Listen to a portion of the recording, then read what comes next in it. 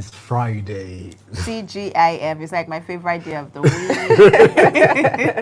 It's the favorite day of the week on this show, and it's also the 10th day in the month of May. It seems like that's a rhyme. But you know, to always, I thought Wednesday was your favorite day. Wednesday, oh yes. I forgot. You just remember Wednesday. You have gone into the week. Yes, you just have a way of relaxing and getting ready. But the pressure stops from Tuesday. As soon as we get to Wednesday, we just know that okay. It drops. It drops. It drops. What is our way of saying welcome to the headline reviews? I am Godwin Sunday. And I am Chinatu Oji. And I am Adewale Olashopo. I was expecting that for God. It seems I've been taking on away, but not to worry. We're getting used to this thing. We're getting used to it. So wonder what's going on in the villa right now. Exactly. We have the president back in the country after several days away in the abroad, because Nigeria couldn't tell exactly where the president was, because he was supposed to be in the Netherlands, where he started his journey from, and then he went to Riyadh in Saudi Arabia to attend a conference there. Then thereafter, we didn't understand where the president was. We started to ask questions. Where's our president? Is he okay? Has he gone for another medical trip in France, as he usually occasionally do for some time since his administration started? But there was no response until 2 days ago, when we heard that he's going to come back to the country, and voila, we have our president back in the country, with a lot of issues for him to still address. We still have the issue of petroleum in the country, issue of cyber security. Well, let him arrive. He's just arrived. The president has told you, Godwin, that do not pity me. I applied for this job, I campaigned for it, and I have it, and you have to hold me in. Well, let's say, Mr. President, you're welcome. Let's welcome the president first. Welcome him. Let's welcome officially. They don't know fire. To meet him at the airport, to welcome him to the country. When your house is on fire, do you expect to be welcomed in a grand style? You need to still roll drums, he's the president. When your house is on fire. All right, that's the way we welcome you to the show. There are lots of issues to still trash and discuss and analyze on this table today. But when we come back, we're going to be delving them in details. Stay with us.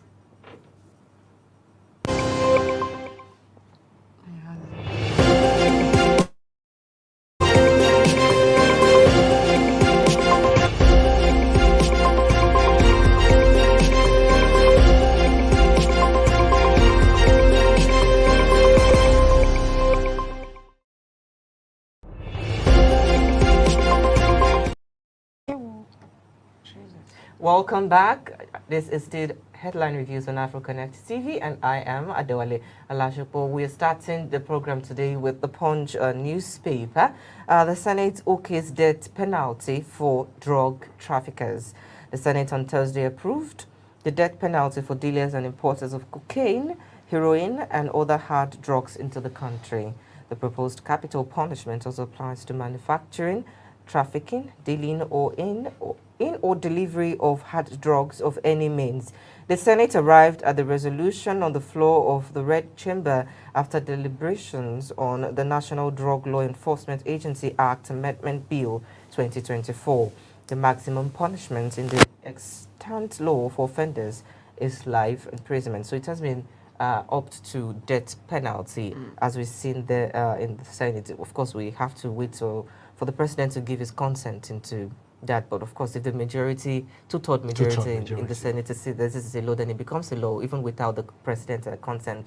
But a lot of people have spoken about why should we still be practicing death penalty in this modern world that we are right today. We see places like the European Union, or exactly in the entirety of Europe, this has been abolished, that death penalty should not be considered at all. You can have people imprisoned, life imprisonment, or some other harsh punishment for them, but to take another person's life just because they've done something. Even people that are found wanting of terrorism or of mass shooting in some countries in Europe are not allowed to be killed. They are taken away, put in solitary confinement if that is what is needed, if they are not following the laws as they are put in jail.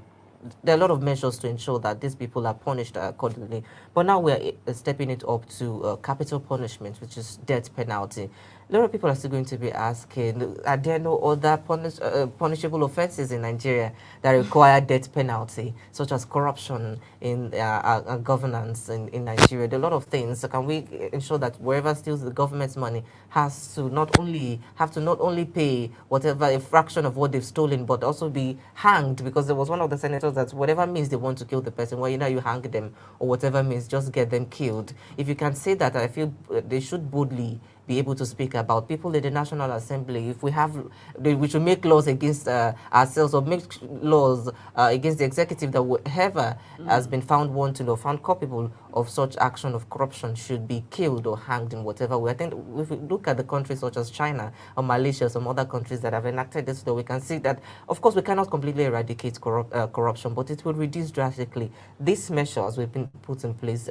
It's also in place in some other countries like Malaysia or China or some other Asian countries, that if you carry hard drugs into the country, you have to be killed because there's a zero tolerance to that in Nigeria. But Nigerians are asking, even Oshomole voiced against that. Well, it was at the Senate. It was like, it's a life of matter.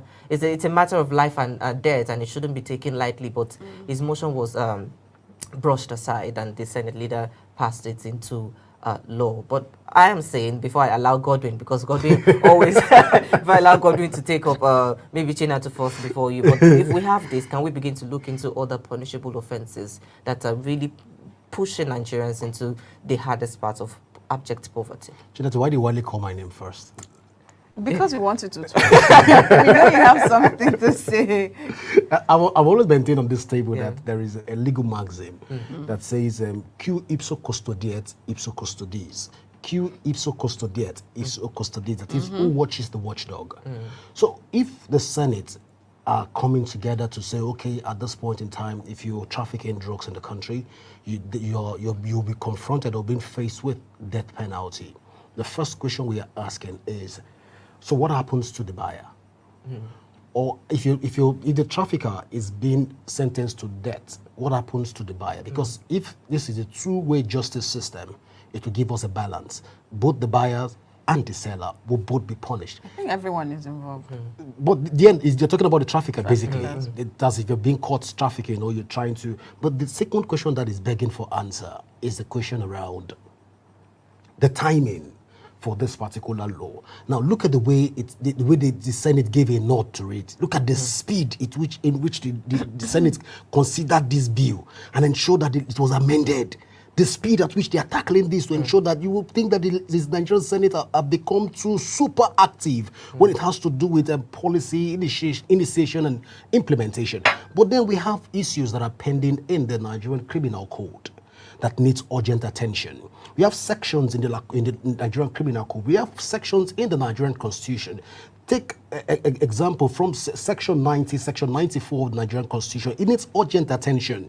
When the criteria for Section 4, subsection A, B, and C of the Nigerian Constitution needs urgent attention. Now, again, Chapter 4 of the Nigerian Constitution, again, we'll come back to Chapter 4 of the Nigerian Constitution, which borders on Section 33 through to Section 42 of the Nigerian Constitution. Section 33 gives us rights to life. Now, wouldn't this automatically be at variance to the constitutional mandates or the Magna Carta, which Nigeria has become a party to? Wouldn't this become like more of a contradictory end for Nigeria, since we are part of the League of Nations and also the United Nations body that have sworn to uphold human sanctity? And I think taking of life has been one issue that has been discussed around the globe by different presidents across the world, trying to see how they can abolish such practice. I don't want to look at it from a stand of just trying to antagonize the Nigerian Senate, but there are other modalities that we can take. If sentencing people to life in prison, as it has been before under this act, we should stick to it than taking people's life, where you know that you spend the rest of your life in prison without any form of amnesty or any form of governmental intervention. It will aid you to want to stay through to your faith and not get involved in trafficking. Well, this is my 1 penny to the Nigerian Senate. Okay, so one thing I would like us to understand is that these people are not just taking lives, they're taking life of people who are offenders.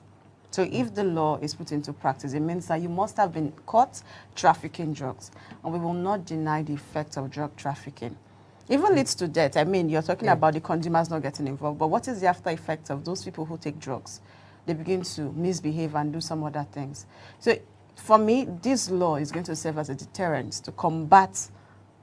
I mean, it will reduce intake of drugs, it will reduce trafficking. So no matter how we are going to look at it, the Senate may have run with the speed of light. I mean, this is very impressive because we hardly see these things happen. But it is an important issue. It's something that should be also handled critically. Because we are looking at the economy, we are looking at the young people, the effects of these things on the young people. They're the ones who get affected the most. So if there's no law such as this, there's no death penalty, trust me, it will keep thriving. We'll keep being good pushers of drugs, and that is not what we want. We want an economy to thrive, we want young people to thrive. But if we want that to happen, then there must be something to combat this. Chinatu, So corruption the needs urgent capital attention punishment also. like this. I understand, but I'm saying that Urgent this, attention, corruption.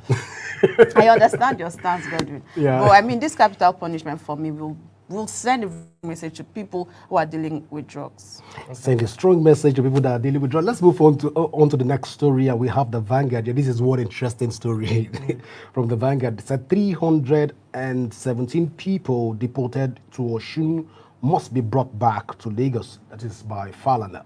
Well, the human rights activist Femi Falana has demanded that the 317 people deported from Lagos State to Osun must be relocated back to Lagos. Falana made this demand in a statement made available to Vanguard on Thursday. We recall that last weekend, 317 Nigerian citizens of Osun State origin were rounded up in several parts of Lagos State and loaded into several luxury buses, which drove them to Osun State.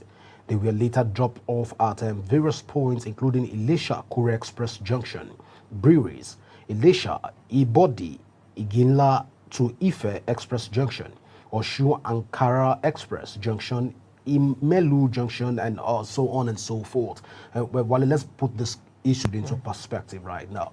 Well, sometimes last week and last 2 weeks, we saw that Lagos State started demolishing structures across them, illegal structures that had been placed across the state, from the underbridge, people that are staying under the bridges, people that are staying in Challenge and what have you in Lagos State.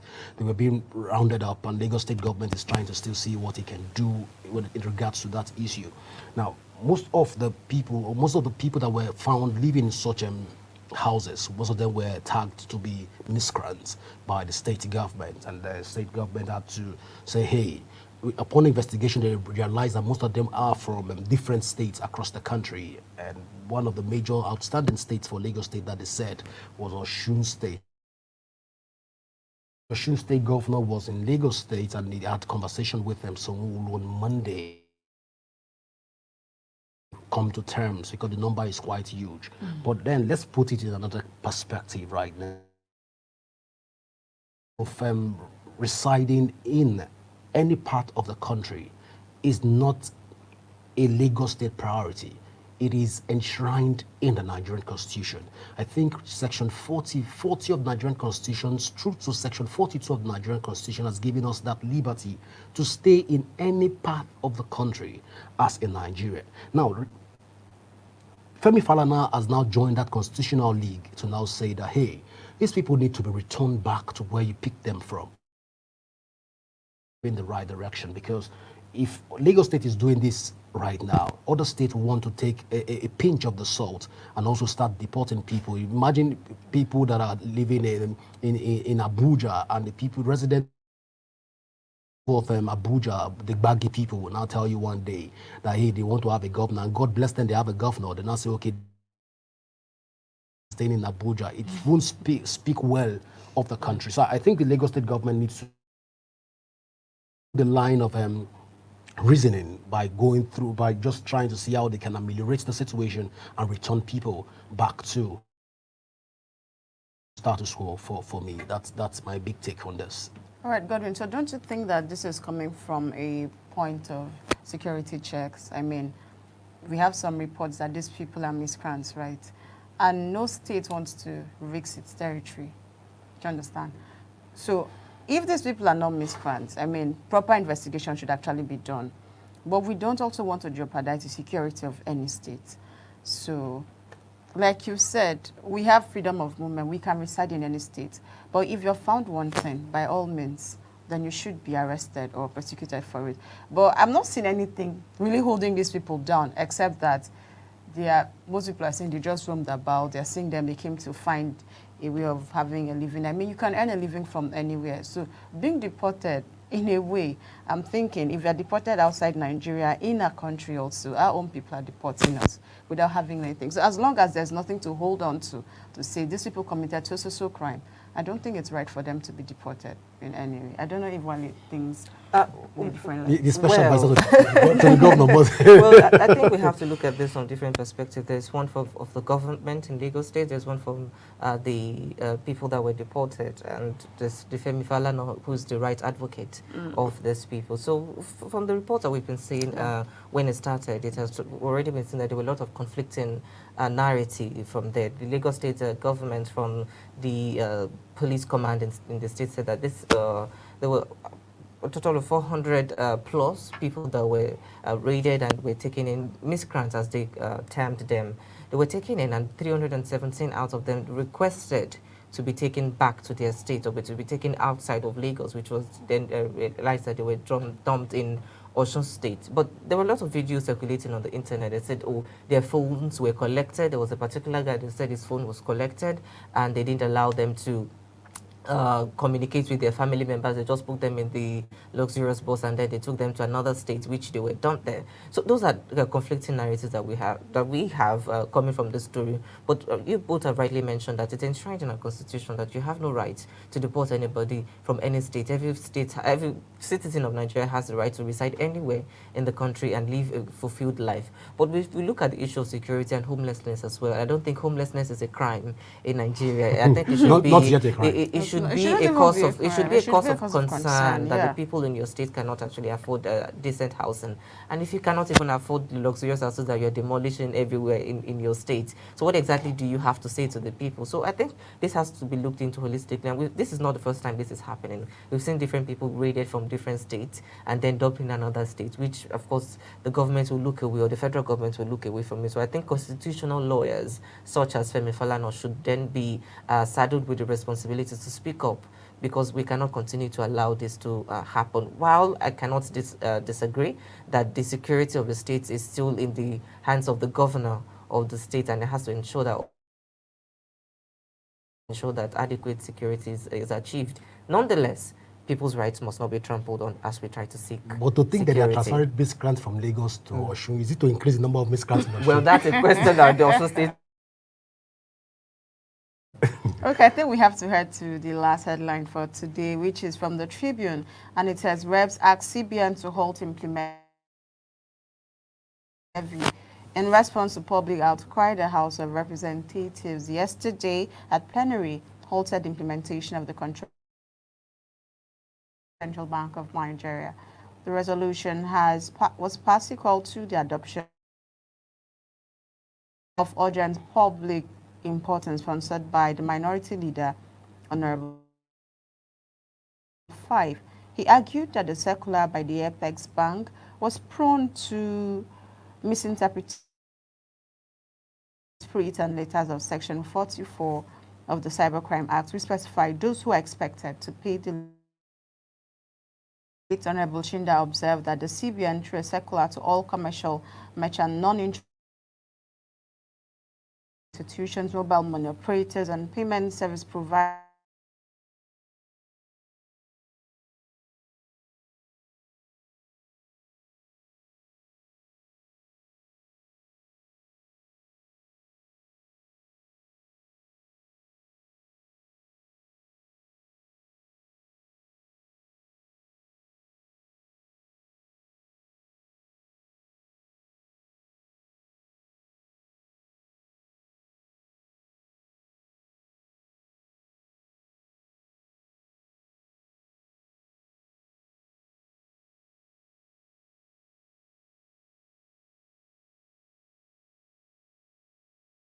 if you go on Twitter now, you see the outcry.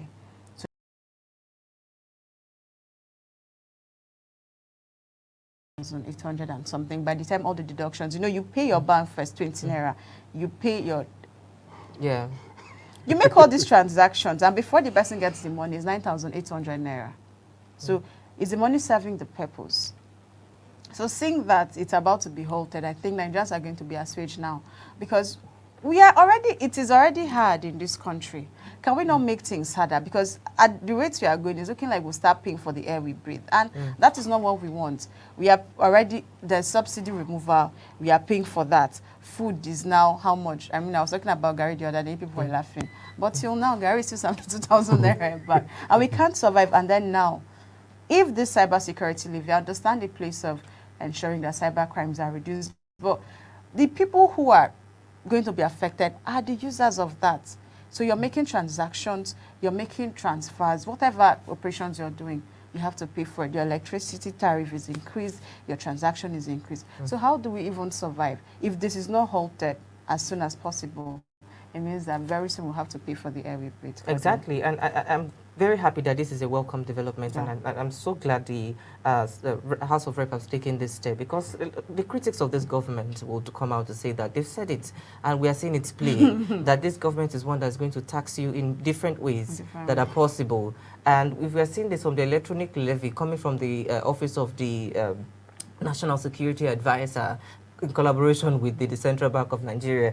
Let's give a little bit of statistics to it. For 10,000 naira, you're going to have to be paying a 50 naira electronic levy. For 100,000 naira, you're paying 500 naira. For a million naira, you're paying 5,000 naira for electronic levy. Aside all that levy that we're paying the different levies when you want to transact your money from one bank. As you transact from one account to another account, or from one bank to another, you're paying money, you're paying electronic transfer levy, you're paying VAT, you're paying a lot of things. So if you have like 10 levies being paid on one transaction alone, then what exactly are you trying to get from the people? So I think the people have rights to protest this policy that is coming up. And why should people have to pay for cybersecurity? What exactly is the government doing with all the revenue that they've been getting? Why isn't the government itself or the security agency that have been saddled with responsibility and are being paid handsomely take away from their salary or cut down their bogus, allowances to make sure that this is being worked on? Why must the prices be pushed back to the people? A lot of things are happening with this administration like that, and people are frustrated and they are speaking their minds on the streets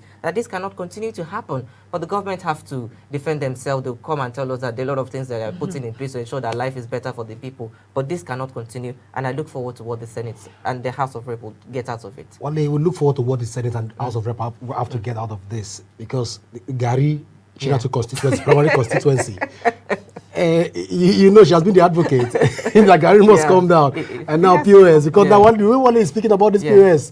I know that the federal government must listen double. They have to. I mean, you remember what happened during the cash crunch earlier last year. So we don't want to. The annoying part is that people started implementing even before the central bank implements. Even before it happens, just like when we hear that, oh, there's going to be a hike in prices of petrol, you start seeing scarcity. People start doubling money. There was a guy in Lagos, I can't remember the city, they asked him to go and buy meat pie. There's another one, he said he had to pay 1,000 naira before he can fill his jerry can to buy petrol. So a lot of people we're still a problem of ourselves. Some people well, I want to take this conversation to another level, but the time is fast spent. The time is fast spent. We'll talk to the producer to try to increase the timing so that we can have more time to have more conversations that come in. But this is how far we can go on the show today. Exactly, and it's been, insightful so far. Insightful if Gary drops.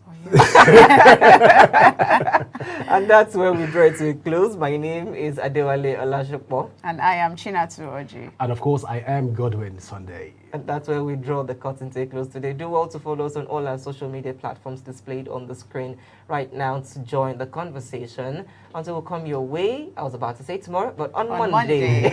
Very important. Do well to keep up with the news. Bye for now.